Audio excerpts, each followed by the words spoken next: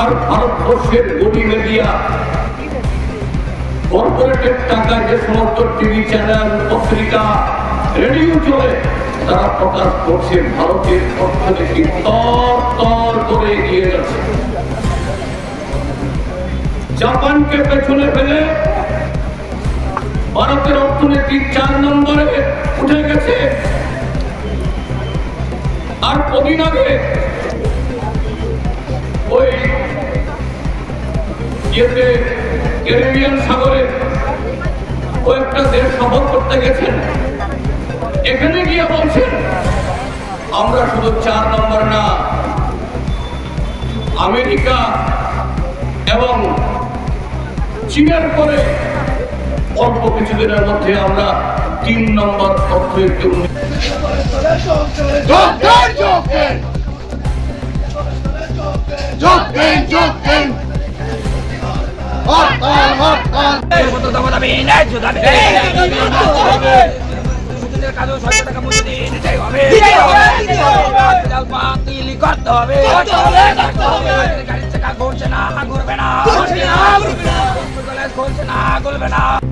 Julai talni fine bus kangni choko shalmario hakotor gnagai dormongot khraina bagai shaklai jakmani yakshi bodolni bakakte abona doksoi tini jashalo CPIM shunamura bakaste committee ni luaji mumbai himboto koreli khlaika te aboni yagulo kothum lai panda khlaileka arafai manjaka CPIM ni political bureau ni adong LP Jitendra Chaudhary poila bakago CPIM bodolni adong rok shunamura ni kereng thayo himboto koreli khlai Robindra Chomani Faye Kotham Laika, te Aro Koknar Faika, LP Jitendra Chaudhary, Poshai Kanaka, Hakotoni Montri Bokro Juda Hakotor Tango Benitobo, Ram Thongkara, Klanabagish Kamitongo Te, Iman Tomo Shopomitobo, Piaba, Babasha Fashing to Nashik Nake, Hastio Bega, Shikla Shikli Rock, Bangi Tonka, Ajimonkari and Bajak, Shamung Tang Tangi, Nok Nokong Pushimaya and Bajak, Hogbar, Klani Rock, Zenjalo Klajak, Obahayangi Tongmani Jorawa.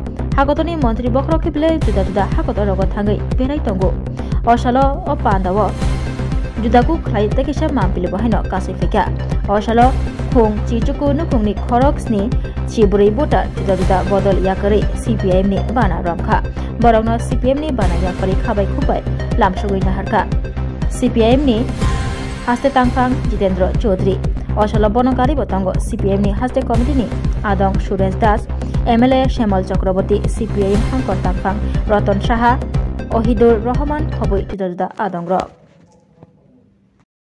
সরকার মাসে মাসে আমাদের অ্যাকাউন্টে টাকা জমা দিয়ে দিন,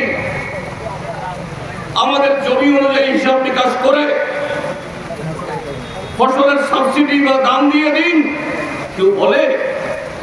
কোন কৃষক এই কথা বলে না, কোন শ্রমিক কথা বলে না।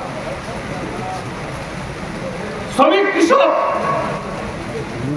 নিজের ঘাম, নিজের রক্ত জল করে কামাই করে, সেই কামাই করে একদিকে যেমন দেশের নির্মাণ করে, আরেকদিকে পরিবারের স্বচ্ছন্দ, পরিবারের দুবেলা খাওয়ার ব্যবস্থা করে। ভিক্ষার কামাই শ্রমিক কৃষক কখনো করে না। শ্রমিক কৃষক এটাকে গুনাহ মনে করে, পাপ মনে করে। কিন্তু ভারতবর্ষের বর্তমান সরকার নির্বাচন যখন আসে তখন মানুষের কাছে লম্বা চওড়া প্রতিশ্রুতি জানা দেয়। কৃষকদের ফসলের দাম, ওই স্বামীনাথন কমিশন তার সুপারিশ অনুযায়ী করা হবে, ঋণ মকুব করা হবে, জিনিসপত্রের দাম কমানো হবে। যুবকদেরকে প্রতিশ্রুতি দেয় বছরে 2 কোটি করে, 5 বছরে 10 কোটি যুবকদেরকে চাকরি দেওয়া হবে, এবং আরো কত কি। কিন্তু নির্বাচনে বৈতরণী পার হয়ে যাওয়ার পর তাও মসৃণ ভাবে না, নানা কারণে বিভাজনের রাজনীতি, কালো টাকা আর প্রশাসন যন্ত্রকে ব্যবহার করে কোন রকমে যদি ক্ষমতায় আরোহণ করতে পারে, করেছিও। আপনি হিসাব করুন, এই যে মোদী 3বার প্রধানমন্ত্রী হলো, 2014 সাল, 2019 সাল, এবং সর্বশেষ 2024 সাল কত শতাংশ ভোট পেয়েছে?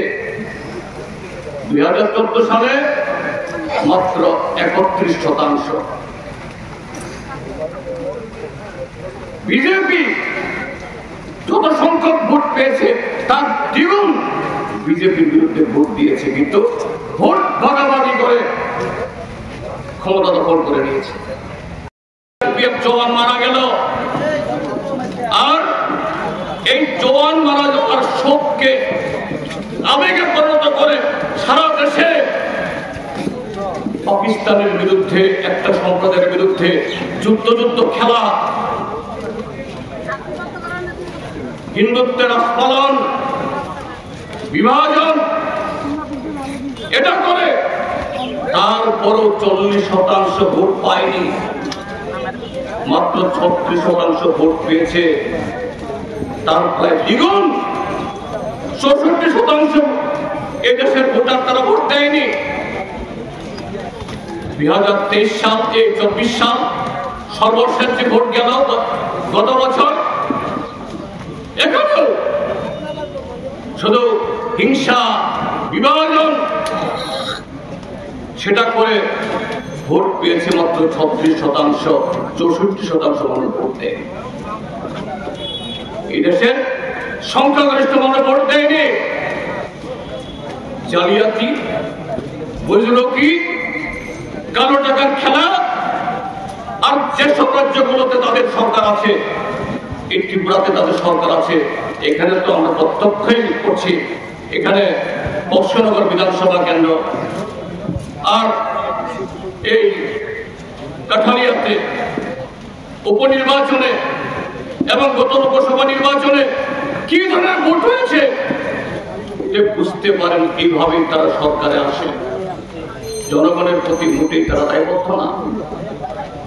কাজে তার বিরুদ্ধে গোটা দেশের শ্রমিক, কৃষক ঐক্যবদ্ধভাবে আগামী 9 জুলাই তারিখে এই সাধারণ ধর্মঘটে ডাক দিয়েছে। ভুল অর্থনৈতিক নীতির মধ্য দিয়ে শুধু কর্পোরেটদের সেবা করার জন্য, তার বন্ধু আদানি আম্বানির মতো কিছু পরিবার এদেরকে সেবা করার জন্য এইভাবে যখন ভারতবর্ষের শ্রমিক, কৃষক, ক্ষেতমজুর, জমিয়া, সাধারণ মানুষ সবাইকে ঠকাচ্ছে, তখন প্রতিবাদ ছাড়া, ধর্মঘট ছাড়া, জিহাদ ছাড়া সেখানে নতুন কোনো পথ খোলা নেই। সেটাই হলো আগামী 9 তারিখের ধর্মঘট। এখানে আর সরকারি যন্ত্র আর ভারতবর্ষের গণি মিডিয়া,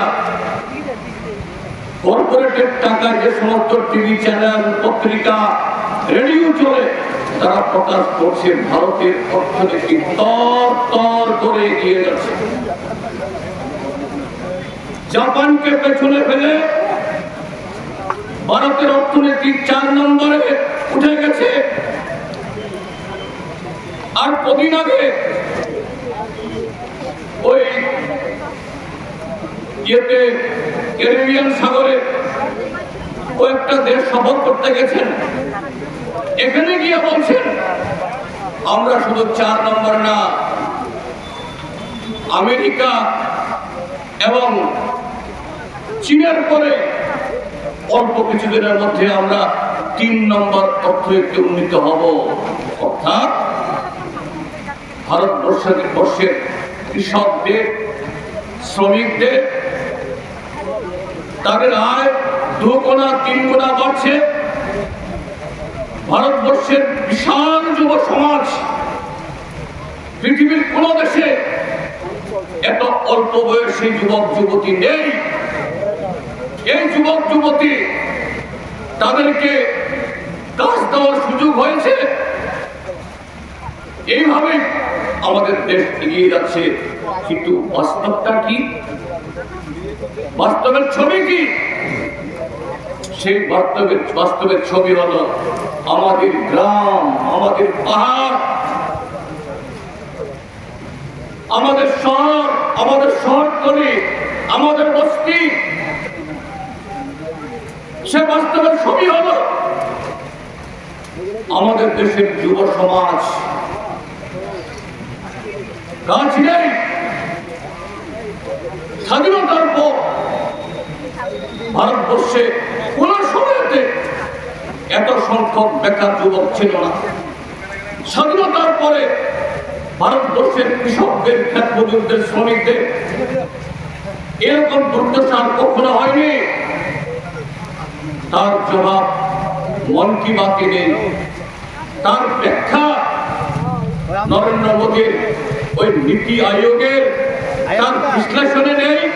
একতরফা এরা এই প্রচারণা চালিয়েছে।